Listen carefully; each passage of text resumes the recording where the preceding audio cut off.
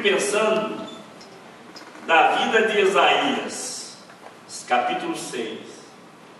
Quando se pensa de enviar, de pregar, enfim, de falar de coisas boas, é ótimo, tranquilo, mas você não fica pensando que as coisas são tão bonitas como aparece, não, viu? Isaías primeiro ele teve que enfrentar uma dificuldade enorme, porque ele vivia olhando para o seu parente Uzias. Estava debaixo de uma ideia, de um reino que deu certo, mas de um homem que se exaltou, de um homem que não compreendeu o seu lugar. Nós temos que compreender o nosso lugar. Quando Deus nos dá uma oportunidade, não importa se ela é simples ou ela está no patamar de cima, não importa. O importante é ser servo de Deus. O importante é ser obediente ao Senhor. O importante é estar no ditame da vontade do Senhor. Mas, no entanto, Isaías ele teve que enfrentar alguma circunstância. Inicialmente, até porque o seu parente ficou leproso, apesar de famoso, né? Ele não pôde mais entrar no santuário. E talvez essa ideia do não entrar no santuário porque ficou leproso e foi expulso do templo porque estava agindo numa área que não era a sua área. Irmão, toma cuidado. Deus tem uma posição para cada um de nós. Agora nós temos que entender o nosso lugar. Quando nós entendemos o nosso lugar, nos encaixamos direitinho e Deus vai nos abençoar. Aleluia! Alguém diz assim, mas pastor, mas é importante ser diácono. E eu acho que não é muito importante. O importante é ser bispo, ou ser apóstolo, ou sei lá o quê. E não fica na tua. Se você foi chamado para ser um diácono, foi Filipe, fica na tua. Filipe não se encontra nem no texto da Bíblia que Filipe estivesse galgando ser qualquer outra posição. Filipe ele começou a fazer as coisas espontaneamente, começou limpando mesa, ajudando as viúvas gregas e judias, e o resultado, lá na frente, ele é chamado até por um mérito, porque o homem que deixou uma congregação em pleno vigor, em pleno trabalho, como ele deixou em Samaria, quando Pedro e João desceram lá e havia um movimento fora de série, mas ele não se usurpou por nada. E quando o anjo apareceu para ele, disse a ele: Filipe, desce para o deserto, desce para a casa que está deserta. Ele desceu para lá sem saber o que ia fazer, afinal de contas ele queria saber se estava num projeto, num plano, numa vontade. Ele queria estar na vontade de Deus. E quando ele chegou lá, ele encontrou uma pessoa que ia preocupado com a leitura de Isaías 53. Ele teve o privilégio desse homem convidá-lo para explicar alguma coisa. E lá na frente o texto declara: o homem diz: que me impede que eu seja batizado? Fala, tudo é possível se você crer. Eu creio que Jesus Cristo é o Senhor. Desceram ambos as águas e ele foi o Filipe batizou o eunuco, e o eunuco seguiu para a Etiópia. E o resultado que o Filipe foi transportado de uma maneira milagrosa para uma outra cidade, e o nome do Senhor foi glorificado. Mas mais tarde há uma distinção bíblica em relação a Filipe, dizendo que Filipe ele era evangelista e as suas 4 filhas profetas. Glória seja dada ao Senhor. Isso quer dizer que a dinâmica do crescimento no mundo espiritual, isso foi gradativamente na vida de Filipe. Mas com Isaías foi diferente. Ele ficou ausente do templo por muito tempo. Depois que ele veio para o templo, ele viu a glória do Senhor, viu a sua situação decadente, e ele precisava consertar E ele, naquele grito de desespero, de angústia, diz o texto, que ele viu como Deus pôde ser tão misericordioso com sua vida. Ele deu uma grande oportunidade de seus pecados, das suas iniquidades serem tiradas, serem perdoadas, e mais do que isso, ele teve o acesso à orientação divina.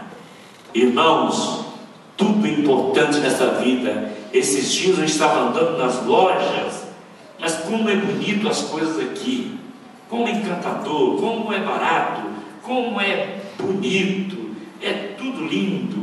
Mas a coisa mais linda no mundo é você ter comunhão com os céus, ouvir a voz do Todo-Poderoso, poder compreendê-lo, poder entendê-lo. Glorificado seja o Senhor.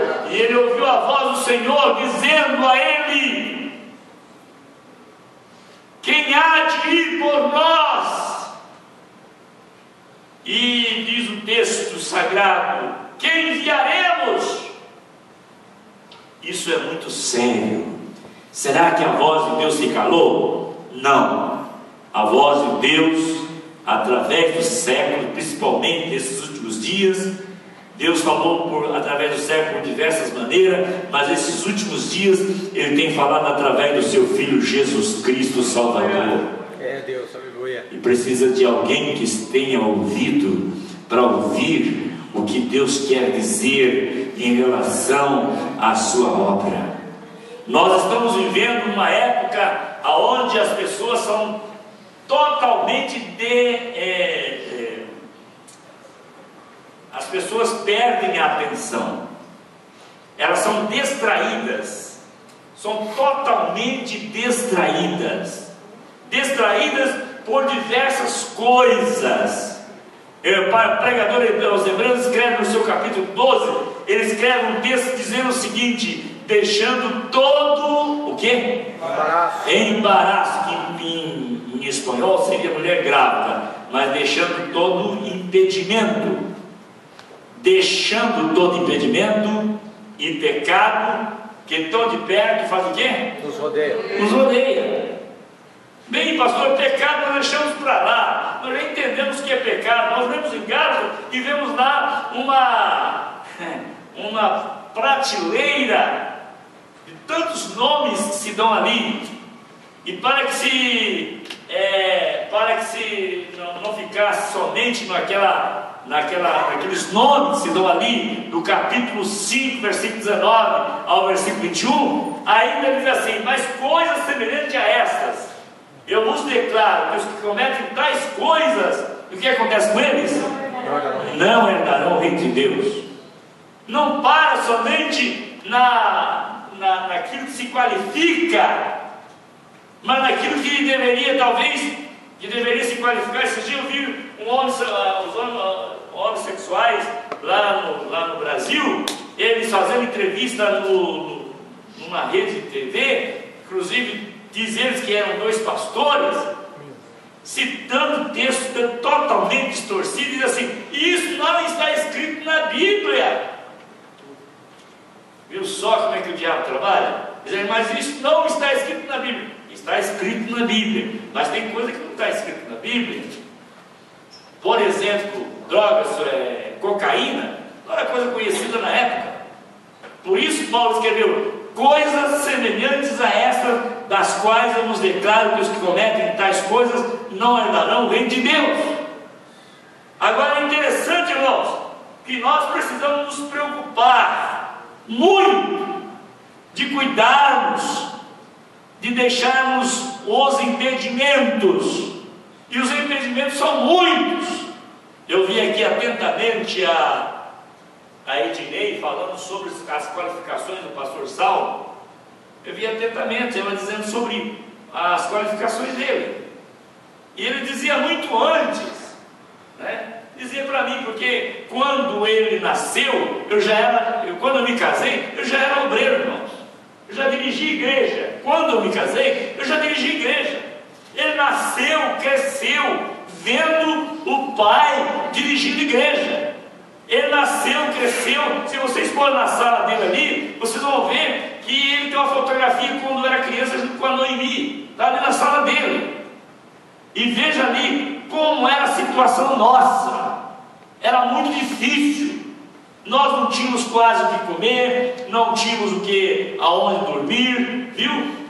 Muitas coisas eu poderia dizer aqui, vocês iam rir muito, mas Deus nos chamou para o trabalho. Agora, todas as qualificações, ela pode tirar a pessoa do foco.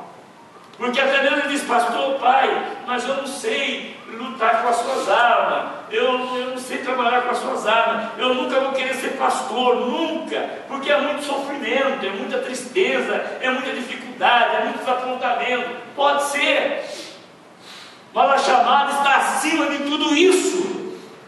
E quando chegou a vez dele, ele também entendeu a coisa pelo outro lado. Estava tudo muito bom, casa nova, carro novo, bom emprego de ordem estadual, bem estabelecido, né? Tudo bem. Mas chegou um momento quando Deus começou a falar com ele, ele não aguentou. Ele foi obrigado a deixar tudo para trás, para vir para a América, sofrer muito, porque eu não pude dar a ele a oportunidade dele fazer as coisas já por cima. Não! Como pastor, eu tenho que ter um respeito a todos os obreiros, deixar que eles tomem as decisões de maneira livre, espontânea, mas que o sofrimento eles aprendam a sofrer, aprendam a viver pela fé, aprendam a acreditar em Deus, aprendam a esperar em Deus. Esse é o meu dever de ensinar, e eu não poderia deixar de fazer com que ele aprendesse estas mesmas lições. E na verdade ele veio, passou por tudo isso, e hoje ele pode glorificar a Deus, porque ele sabe que o patrão dele não é o pai pastor Antônio Domingos, mas o patrão dele é Jesus Cristo, o Salvador.